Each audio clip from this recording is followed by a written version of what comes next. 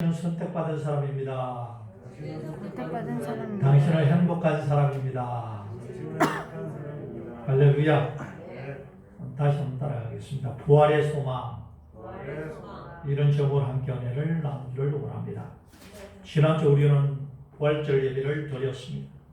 예수님의 부활은 온 인류의 가장 큰 기쁜 소식입니다. 예수님이 부활하셨다는 것은 우리의 죄가 예수님의 죽음과 함께 용서함 받았다는 것이고, 우리도 예수님처럼 부활한다는 것을 말해주고 있습니다. 부활은 죽음을 이긴 것이고 영생 천국이 있음을 눈으로 보여주는 것입니다.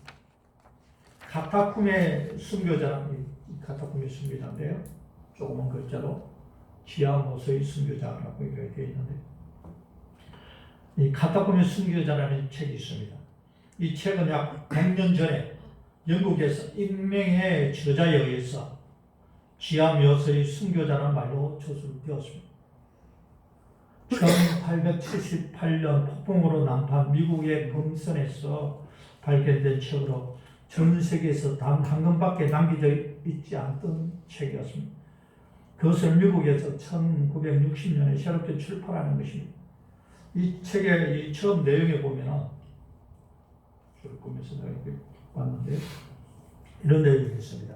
로마의 축제에 로마의 궁전 옆 오랜 경기장에서 7만 명 이상의 군중들이 모여서 피해 축제를 즐기는 광경이 나와 있습니다.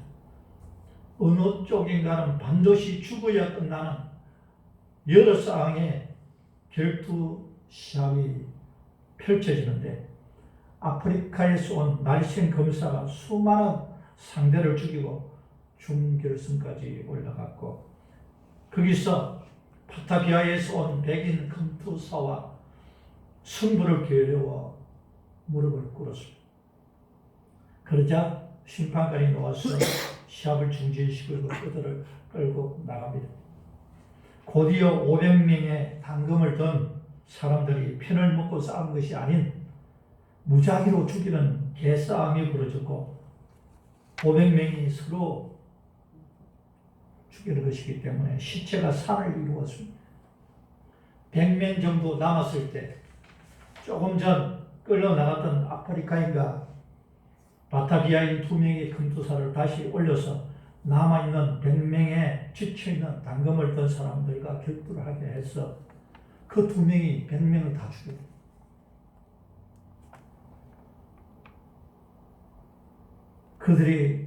그들 2명이 물러가고, 다음에는 가장 강하다는 금사인 메사라는 자가 등장을 합니다. 군중들의 환호 속에서 철장에서 3일 동안 굶은 아프리카산 호랑이가 한 마리 나타납니다. 호랑이가 번개 같은 움직임으로 도약하자 메사가 좌측으로 몸을 날리면서 범의 심장을 향해 칼을 꽂아 범을 죽입니다. 메사를 열광하는 군중들의 함성과 함께 이번에는 철장에서 조금 호랑이의 2배가 되는 굶주린 아프리카 사자가 나타났습니다. 사자가 도약하며 공격하자 메사는 조금 전처럼 옆으로 피하며 사자의 심장을 찔렀습니다. 그러나 칼이 사자의 늑구를 빗질러 가벼운 상처만 남기고 칼이 땅에 떨어집니다. 그러나 메사는 침착하게 사자가 3번, 4번 도약하며 공격했으나 그것을 피해내고 결국 다시 떨어뜨린 칼을 주워들고 사자의 심장을 찔러 승리합니다. 이번에는 다시 아까 나갔던 바타비아인이 나타나고 메사와 같은 큰 호랑이가 아닌 작은 호랑이 한 마리와 결투를 벌입니다. 바타비아는 호랑이를 죽이고 승리합니다. 다시 이번에는 사자 한 마리가 또 나타납니다. 바타비아는 2번을 공격해서 그만 잡혀서 산산조각 지쳐 죽습니다. 그러자 이번에는 최종적으로 메사와 아프리카인이 결투를 벌이게 됩니다. 그런데 아프리카인은 자신이 도저히 메사의 상대가 되지 않은 줄 알고 그냥 칼을 쥐고 던져버리면서 무릎을 꿇고 빨리 나를 죽여서 편안하게 해달라고 요청을 합니다. 그러자 메사가 쥐고 있던 칼을 던져버리면서 황제를 향해서 손을 들고 이렇게 외칩니다. 데시우스 황제여, 저는 크리스찬입니다. 저는 야수하고라면 싸우겠습니다만 같은 인간에 대해서는 손을 대지 않겠습니다. 저는 죽어도 상관없습니다. 그러나 사람을 죽이는 일만은 하지 않습니다. 그러자 군중들의 놀람이 분노로 바뀌었고 죽음을 앞두고 눈앞에 두었던 아프리카인은 그 순간 악마와 같이 돌변해서 재빨리 떨어뜨린 칼을 쥐고 메사의 심장을 찌릅니다. 메사는 숨을 거두면서 이렇게 외칩니다. 주 예수여, 내 영혼을 받아주소서. 그리고 숨을 거둡니다. 그런데 그때 근위병이 옆 친구에게 말합니다. 크리스찬이 나올 때는 이런 일이 자주 있단다. 젊은 소녀일지라도 사자나 범에게는 태연하게 상대하지만 그들은 인간하고는 싸우지 않아. 황제는 오늘 아침에도 50명의 크리스찬을 태워 죽였고 지난주에는 100명의 목을 잘랐어. 그런 이야기를 합니다. 잠시 후에 한 노인이 경기장 안에 나타납니다. 그는 용모와 위험 있는 품위로 말문을 열었습니다. 로마의 여러분이여, 나는 크리스찬입니다. 나의 신은 나를 위해서 죽었습니다. 그러므로 나는 그를 위해서 기꺼이 나의 목숨을 바칩니다. 그 순간 수많은 군중들의 욕설과 함께 철장문이 열리고 표범 3마리가 나타나 2, 3분 만에 그 노인을 산산조각 짓습니다. 다시 새로운 야수들이 풀어졌고 반대편에서 희생의 제물이 될 한 무리의 순진한 소녀들이 경기장 안으로 떠밀려 나왔습니다. 공포에 떨고 있던 소녀들은 잠시 후 야수가 접근하기 시작하자 서로서로 손을 마주 잡고 하늘을 우러러 장엄한 노래를 시작했습니다. 우리를 사랑하사 그의 피로 우리의 죄에서 우리를 해방하신 그 아버지 하나님을 위해서 우리를 나라의 제사장으로 삼으신 그에게 영광과 능력이 세세토록 있기를 원하노라. 아멘. 이 찬양을 부르는 것입니다. 또박또박 아름다운 노래가 하늘 끝까지 메아리쳤고 마침내 한 사람 한 사람 음성은 야수들에게 물어뜯겨 피와 고통과 그리고 죽음으로 그 소리가 끊겨져 갔습니다. 이 이야기는 이 카타콤의 순교자에 따른 책이 나오는 앞부분에 나오는 내용입니다. 여러분, 우리의 믿음의 선배들은 복음을 위해서 목숨을 아까워하지 않았습니다. 오늘 본문은 바로 우리의 믿음의 선배들이 목숨 바쳐 지켜 그 순교의 신앙에 관한 내용입니다. 첫 번째 한번 따라하겠습니다. 제자들의 순교. 제자들, 예수님의 12제자들이 다 하나같이 순교를 했습니다. 왜 순교했을까요? 부활이 있기 때문입니다. 예수님의 부활을 목격하기 전에는 베드로가 내가 죽는 데까지 주님 따라가겠습니다 외쳐놔놓고 계집종 앞에서 예수님을 3번씩이나 나는 저 사람을 모른다. 저 사람하고 상관없는 사람이다. 예수님을 3번씩이나 부인했어요. 그리고 뿔뿔이 흩어져 다 도망갔던 제자들이 3일 만에 예수님이 죽으시고 부활한 그 모습을 보고 난 다음에는 도망 다닌 것이 아니라 이제는 길거리에 나와서 담대히 복음을 전합니다. 예수님께서 우리를 위하여 죽으셨습니다. 그를 믿는 자는 영원한 생명을 얻습니다. 담대히 복음을 전합니다. 그러니까 바리새인과 서기관들이 와서 그들을 잡아가지고 협박을 하고 도무지 이 이름으로 가르치지도 말고 선포하지 말라. 그렇게 협박을 하는데도 우리는 보고 들은 것을 말하지 아니할 수 없다. 그 외치면서 복음을 전하. 그리고 결국은 12제자들이 하나같이 다 순교를 합니다. 어떻게 순교합니까? 예수님의 수제였던 베드로는 오마에서 십자가에 거꾸로 매달려 순교합니다. 예수님이 십자가에 매달려 죽었는데 예수님을 10번씩이나 부인한 내가 어떻게 예수님처럼 똑같이 십자가에 못 박혀 죽을 수 있습니까? 나를 십자가에 거꾸로 못 박으시. 그래서 십자가에 거꾸로 못 박혀 죽습니다. 야고보는 예루살렘에서 사도행전 12장 2절에 나오는데 목이 베여서 순교를 합니다. 요한은 도미티안 황제의 박해 때 펄펄 끓는 가마솥에 던져집니다. 펄펄 끓는 기름 가마솥에 던집니다. 그런데 아무 해도 받지 않고 살갗 하나 타지 않고 시원하다고 나오는 겁니다.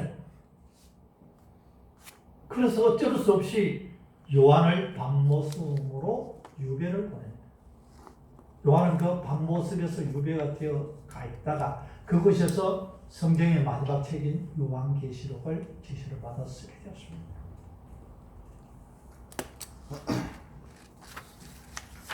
안드레는 그리스의 파트리에서 오늘날까지도 안드레 십자가가 불리는 X자 십자가에 달려서 순교를 합니다.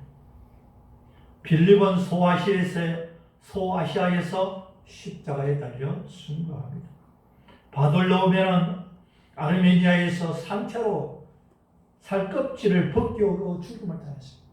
이 사람들 어떻게 사람 죽이나 어떻게 하면 더 고통스럽게 죽일까요? 해서 산채로 사람의 껍질을 벗겨요, 칼로. 그리고 껍질을 벗기면 그 살결이 얼마나 연약합니까? 그게 소금을 쳐요. 그리고 태양볕에 말립니다. 그래가지고 죽여요. 얼마나 끔찍하게 죽이는 거예요. 또 어떤 사람들은 어떻게 죽이나요? 썩은 시체를 하고 같이 입을 맞추고 그래까지 묶어가지고 그 시체 균이 들어가서 죽도록 그렇게 순교합니다. 참 인간이 얼마나 악한지 몰라요. 시체와 같이 묶어놔요. 썩은 시체와. 그래가지고 시체균이 올라서 죽도록 만들어요. 예수 믿는 어린아이들은 양의 털을 씌우고 원행 경기장에 내보내서 사냥개들을 풀어놔놓고 사냥개들이 물어뜯게 해가지고 애들을 죽이고, 조금 전에 갔다 보면 순교자에서 나왔듯이 수많은 사람들을 갖다가 원행 경기장에 풀어서 맹수들과 싸워서 죽이고,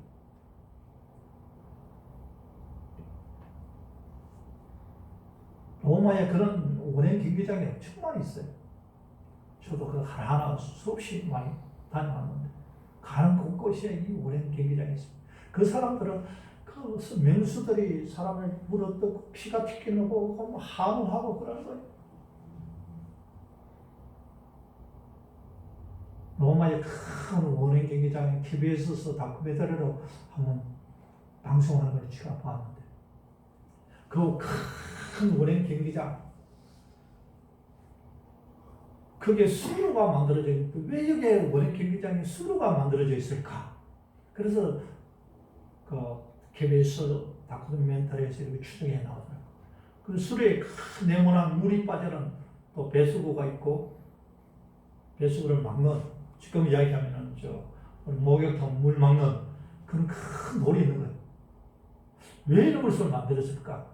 연구해봤더니 그 원행 경기장에 물을 나중에 멀리서 물을 끌어가지고 그 물을 가득 채우는 거예요. 그래서 그게 배를 떼어나놓고 예수 믿는 사람들끼리 또 그 범죄자들끼리 편을 나눠가지고 서로 실질적으로 전투를 벌여서 죽이는 전투를 시켜. 이기면 살려주고 죽으면 죽는 거예요. 그걸 보기 위해서 물을 그 오랜 경기장이 다 채워가지고 배를 들어, 배를. 집단 전산. 그걸 보고 사람들이 열광을 하고 그런 거예요. 에베소서에도 오랜 경기장 있고 간 곳곳마다 막 오랜 경기장이지. 그 맹수들이 올 수 없도록 그 우리 동물원에 보면은 큰 고랑을 하나 만들어 놨잖아요. 그것처럼 올라올 수 없도록 혹시 감정석으로 뛰어올까 봐 그 거리를 갖다 크게 이렇게 만들어 놨어요. 경기장 안에 사람들 풀어놔놓고 맹수들이 물을 떠도 죽이게 만드는 그런 참 끔찍한 그런 일들을 저질렀습니다. 언제까지? 로마의 10대 황제. 그러니까 10일 동안 너희들이 환난을 당할 것이다. 그러나 죽도록 충성하라면 내가 생명의 멸류관을 주리라. 이제 10일 동안이라는 건 10대 황제들을 이야기하는 것입니다. 언제까지 그런 고통을 당합니까? 300년까지 그런 고통을 당하는 거예요. 그래서 313년에 로마가 결국은 기독교로 공인하고 그때부터는 이제 자유로운 거예요. 이게 300년이에요. 300년. 그와 같은 고통을 당합니다. 마태는 에티오피아에서 칼에 찔려서 살해를 당합니다. 도마는 인도에서 복음을 전하다가 창에 몸이 간통당해 순교를 당합니다. 작은 야고보는 예루살렘의 한 탑 꼭대기에서 밑으로 던져져 또 돌에 맞고 몽둥이에 맞았으나 거기서 다시 회복되어 후에 결국 온몸에 톱으로 배임을 당해서 순교를 했습니다. 톱을 캐가지고 순교. 참 인간 토막 살인 사건은 거기 요즘 있는 것처럼 어떻게 이런 끔찍한 일이 벌어지느냐 그렇게 했는데 이거는 2000년 전에도 있었다. 인간이 얼마나 잔악합니까? 다데오라는 이 유다는 메소포타미아에서 복음을 전하다가 하살에 맞아서 순교를 합니다. 열심당 시몬은 페르시아 근처에서 폭도들의 공격으로 치명상을 입고 죽었으며 보충된 제자인 가룟 유다를 대신한 보충된 제자인 마띠아는 에티오피아에 가서 복음을 전하다가 돌에 맞고 목매달려 순교를 합니다. 그리고 12제자는 아니지만 예수님의 제자인 이방의 사도인 사도 바울은 로마에서 독해에 목이 잘려 순교를 하죠. 이와 같이 예수님의 제자들은 한 명도 빠짐없이 다 순교해 죽습니다. 예수님이 살아있을 때는 다 도망갔던 사람들이 왜 죽고 나서 예수님을 위해서 순교를 합니까? 부활을 보았기 때문에. 죽어도 사는 모습을 보았는데 무슨 죽음이 들어와요? 예수님이 구름을 타고 천국을 올라가는 모습을 보았는데 뭐가 목숨이 두려워서 벌벌 떨겠느냐 말입니다. 만약 그것을 안 봤다면 담대할 수 없죠. 봤어. 500명이 예수님이 부활한 모습을 보았고 구름을 타고 하늘로 올라가는 모습을 보았고 그리고 장차 내가 다시 오리라 그 약속까지 받았어. 그런 제자들이 뭐가 두려워서 목숨을 구걸하겠습니까? 담대히 전할 수 있었던 것입니다. 우리는 제자들의 모습 속에서 우리 기독교가 얼마나 진리인가를 우리가 알 수 있습니다. 우리나라에서 우리 주기철 목사님도 그렇죠. 일제의 핍박 속에서 예수 그리스도를 부인하지 않을 것 같으면 10m 되는 모판 위에 맨발로 못을 가지고 판자기 판 위에 박아놓고 한 10m 되는 모판 위를 맨발로 걸어 서축간을 붉은 노을 찬양을 부르면서 모판에 발을 디디면 어떻게 됩니까? 발등까지 못이 푹푹 올라옵니다. 그 고통을 참고 10m 되는 모판 위를 걷습니다. 나중 결국 순교하게 되죠. 어떻게 이럴 수가 있습니까? 이 땅의 삶은 잠깐이지만 우리가 죽어도 영원히 사는 부활이 있기 때문에 그렇습니다. 부활의 소망은 우리 신앙인들을 지키는 신입니다. 신앙인들의 신앙이 근원이 되는 것입니다. 우리 주일을 지킵니다. 주일이 뭡니까? 바로 예수님 부활의 한 날이다. 그래서 이날 주일날 나와서 예배드리는 거예요. 로마에 가면 여행객들이 반드시 가는 곳이 있는데 그것이 뭐냐면 로마의 카타콤이라는 동굴입니다. 저도 신혼여행 때 그 카타콤 동굴로 갔었어요. 그 카타콤 동굴에 들어가면 지하로 수없이 구멍이 뚫려 있는데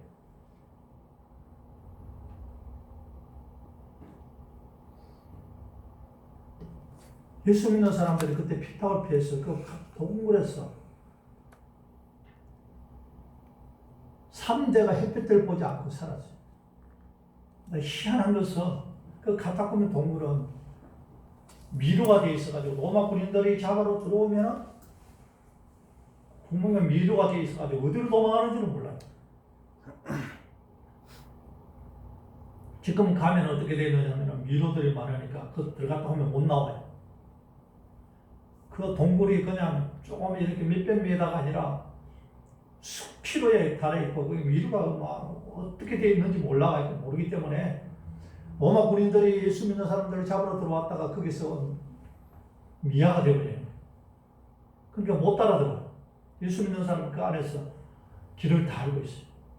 근데 그 동굴이 자연적으로도 뚫려 있지만 또 어떻게 되냐면 손으로 이걸 갖다 흙처럼 이렇게 굴을 만들 수가 있어요. 땅을 팔 때는 흙처럼 이렇게 잘 파지는데 이것이 공기하고 딱 마찰이 되어지면 시멘트처럼 딱 튀어져 버려요. 그래서 구멍을 이렇게 파는데 거기 들어갈 것 때문에 얼마나 고생을 하는지 또 터키에 가면 마린구유라고 있어요. 그것도 예수 믿는 사람들이 그 카타콤하고 똑같은 동굴, 지하 동굴이에요. 근데 그게 그 공통점이 하나 있는데 뭐냐면 동굴들이 이제 들어가 있다 보면 되게 좁아요. 사람 하나 들어갈 정도. 그리고 좀 대림구유 같은 데는 또 들어가다 보면 조그만 동굴인데 계속 그냥 몸 패가지고 들어갈 정도로 그런 동굴도 있어요. 그래서 가이드가 그렇게 해요. 이렇게 동굴이 왜 좁을까요? 글쎄요, 이렇게 물어봤더니 하는 말이 이렇게 먹을 것이 없이 동굴에서 사니까 사람들이 다 말라가지고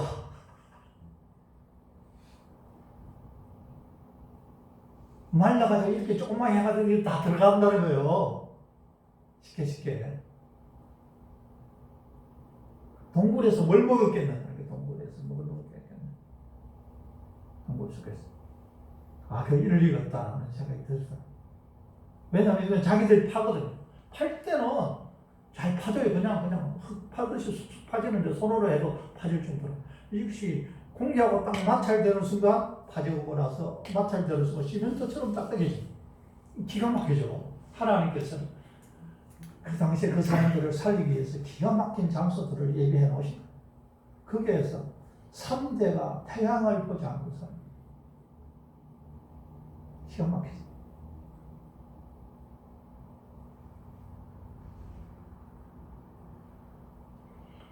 우리 신앙인들이 그렇게 목숨 바쳐서 믿음을 지켜간 것이 오늘 우리 기독교 신앙입니다. 우리는 그들의 생명을 부끄럽게 해서 안 돼요. 우리에게 그와 같은 희생을 강조하는 것도 아닌데도 불구하고 믿음이 나태해지고 이 세상 복이 영화 공명을 추구하고 살아간다면 우리가 주님 앞에 섰을 때 부끄러워 얼굴을 들 수는 없을 것입니다. 그들은 그런 고통을 당하면서도 핍박을 당하면서 잡혀 원인 객기장에 끌려가고 순교를 당하는 데고 불에 하행을 당하기도 하고 온갖 고문을 당하는데도 불구하고 그들은 믿음을 꼴지 않았다는 사실입니다. 우리도 그와 같은 믿음을 가져야 될 줄 믿습니다. 두 번째, 더 좋은 부활입니다. 성경에는 부활을 경험하는 사람들이 많이 있습니다. 오늘 본문에서도 보면 여자들은 자기의 죽은 자들을 부활로 받아들이기도 하며라고 35절부터 이렇게 기록되어 있는데요. 또 어떤 자기의 죽은 자들을 부활로 받아들이기도 하며 또 어떤 이들은 더 좋은 부활을 얻고자 하여 심한 고문을 받되 구차히 풀려나기를 원하지 아니하며 또 어떤 이들은 조롱과 채찍질 뿐 아니라 결박과 옥에 갇히는 시련을 받았으며 돌로 치는 것과 톱으로 캐는 것과 시험과 갈려 죽임을 당하여 양과 염소에 가지고 있고 유리하여 궁핍과 한량과 학대를 받았으니 이런 사람은 세상이 감당하지 못하는, 우리 예수 믿는 사람은 세상이 감당하지 못하는 사람. 죽인다 보면 다른 사람들은 다 벌벌 떠는 예수 믿는 사람은 죽여라. 기쁨으로 웃으며 찬양하며 순교할 수 있는 사람들이 기독교이기 때문에 세상이 감당할 수가 없어요. 오늘 본문에 나오더니 어떤 여자들은 죽은 자들을 부활로 받기로 하며 누구를 어떤 사람을 이야기하는 걸까요? 사르밧 가부는 자기 아들이 죽었습니다. 그때 엘리야가 자기 아들을 살려줍니다. 사르밧 가부 여인, 여자들은 또 수넴 여인이 자기 아들이 없는데 기도하니까 아들이 나중에 태어나고 또 그 아들이 나중에 죽는데 엘리사가 가서 그 수넴 여인의 아들을 살려줍니다. 수넴 여인. 또 예수님께서는 나인성 가부의 아들을 살립니다. 나인성 가부의 여자들은 또 마리아와 마르다 그의 오라비 죽은 나사로를 예수님께서 살려주셨습니다. 썩은 냄새가 나는 나사로를 살려주셨습니다. 이 여인들은 죽은 자들을 이 현실에서 부활로 받게 됐어요. 하나님의 은혜로. 근데 사람들이 죽은 자가 다시 살아나면 야 좋다 라고 생각합니다. 우리는 그보다 더 좋아할 일이 있어요. 무엇입니까? 죽은 자가 살아나는 것보다 더 좋은 것은 우리 영이 다시 살아나 천국에 가는 것입니다. 이 땅에서 죽었다가 살아난 나사로도 결국은 나중에 죽었어요. 사람 가부의 아들도 다 죽고 사람은 다 죽습니다. 그들이 부활을 경험했지만 그 사람은 그 생명이 100년도 안 되는 생명을 좀 더 연장시킨 것에 불과합니다. 그러나 더 좋은 부활이 있다. 어떤 이들은 더 좋은 부활을 얻고자 이 더 좋은 부활은 뭘 얘기하는 것입니까? 영생의 부활입니다.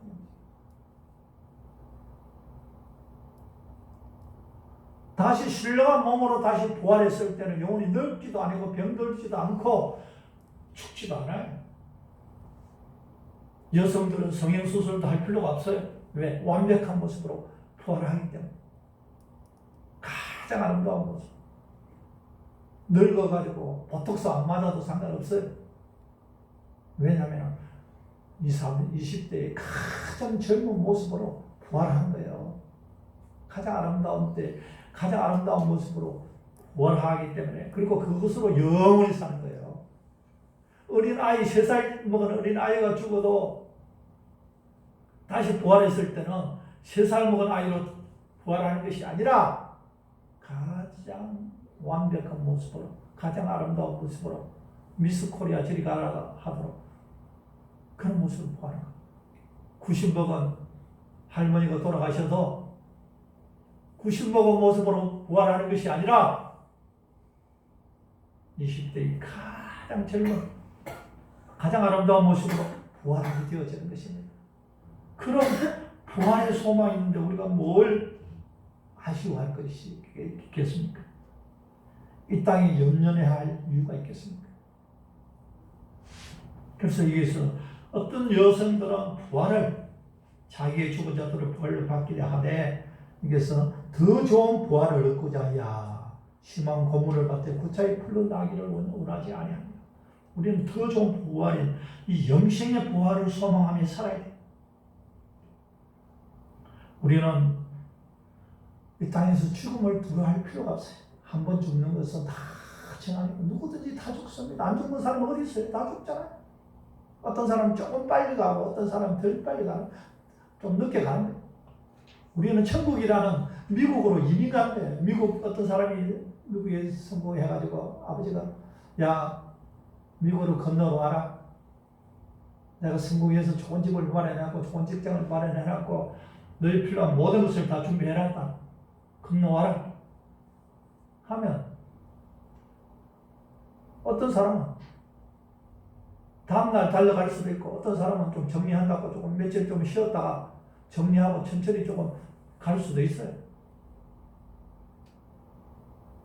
미국 이민 가는 사람들이 막 성공해서 가는데 슬퍼할 사람 있어요? 웃음에 가지. 우리가 하늘나라에 가는데 우리 슬퍼할 이유가 없어요. 왜요? 우리 천국에 왕궁에서 살게 돼 왕자와 공주로 살게 될 거야. 출세해서 가는데 뭐가 걱정돼요? 뭐가? 그런데 이 거지 같은 세상에 조금 더 살겠다고 와서 그럴 이유가 뭐 있어요? 저는 이야기 한점 거짓말 없이 지금 당장 내가 오라 해도 나 하늘나라 바로 갈 자신이 싸울 일은 없습니다. 지금 당장 내가 한데도 주여 저 바로 갑니다.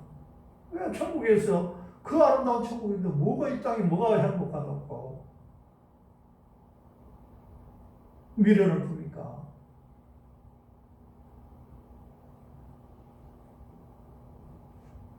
그런 믿음이 있으면 순교는 아무것도 아니에요. 뭐가 두려워요? 죽어도 다시 사는데 영생하는데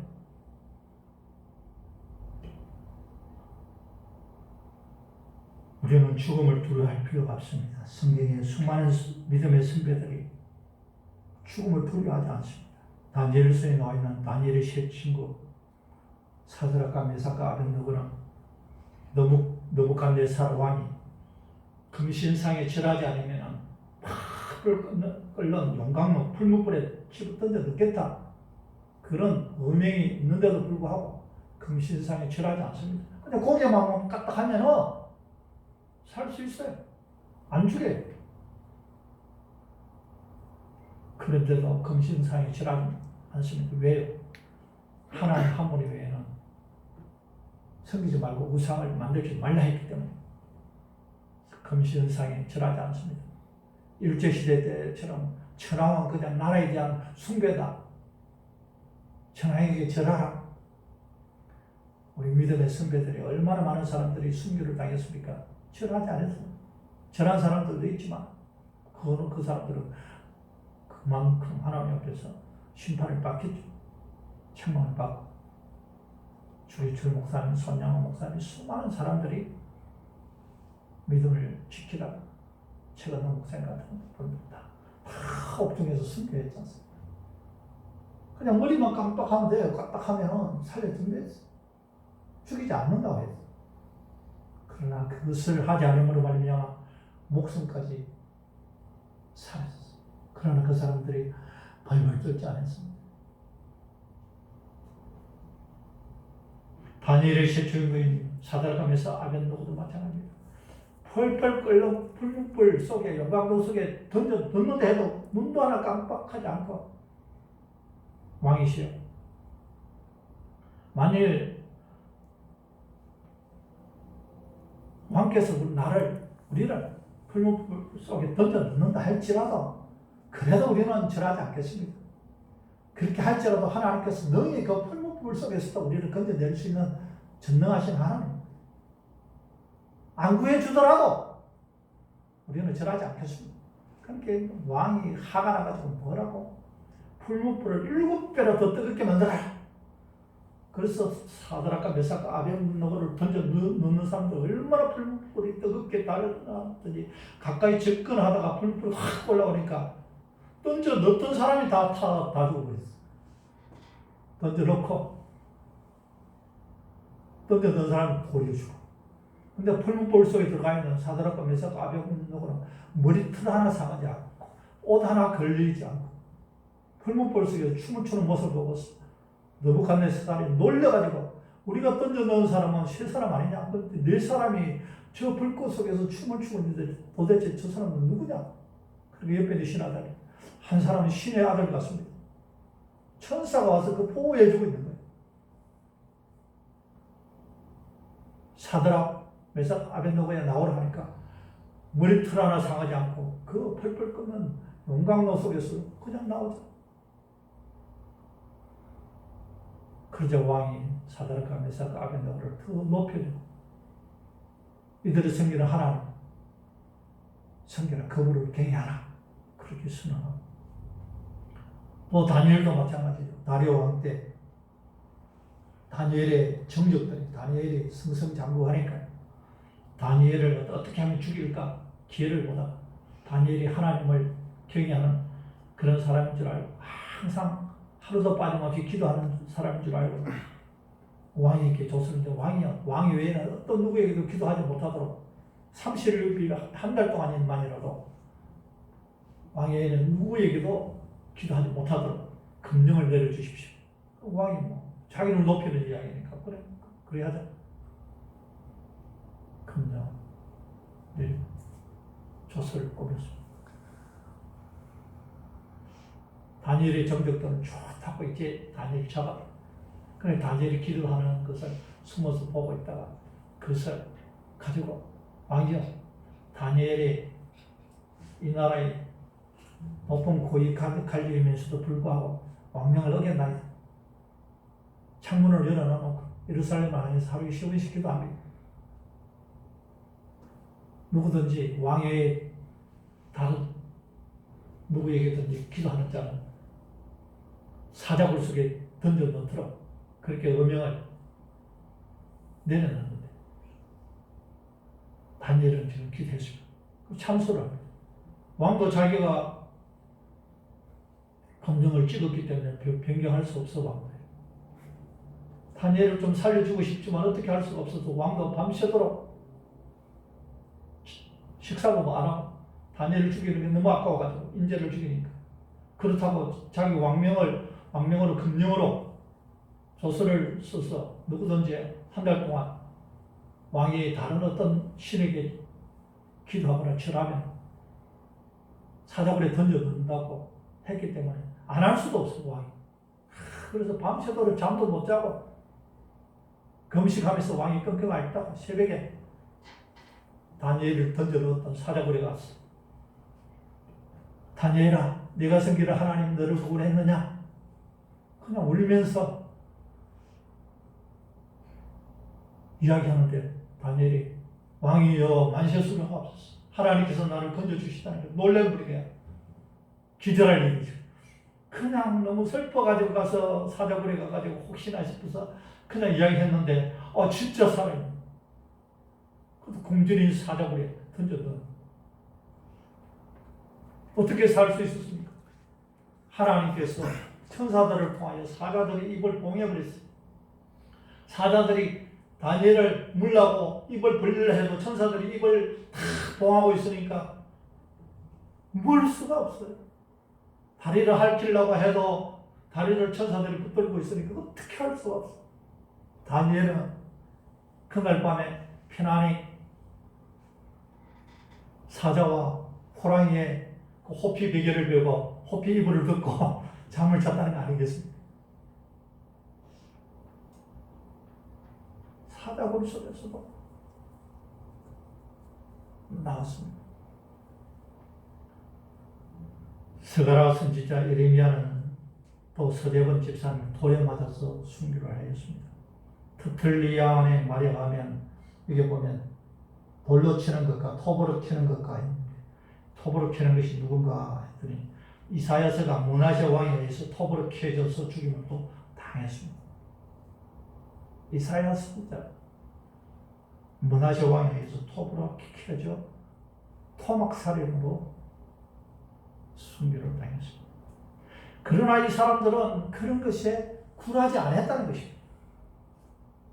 이 신앙이 간단하면 목숨보다 소중한 것이 무엇이 있길래 목숨까지 내놓겠습니까? 목숨보다 더 소중한 것이 신앙이니까 목숨도 아낌없이 내놓을 수가 있는 것입니다. 우리는 100년도 안 될 잠깐의 영달을 위해서 영원한 생명과 천국의 영광을 잊어버리는 자가 되어서는 안 됩니다. 하나님은 우리가 사람들 앞에서 우리가 하나님을 신하면 하나님도 천사들 앞에서 우리를 신해 줄 것이고 우리가 사람들 앞에서 나는 주님을 잘 모른다. 부인하면 하나님도 심판대 앞에서 또 천사들 앞에서 나도 저 사람 모른다. 우리를 부인하겠다.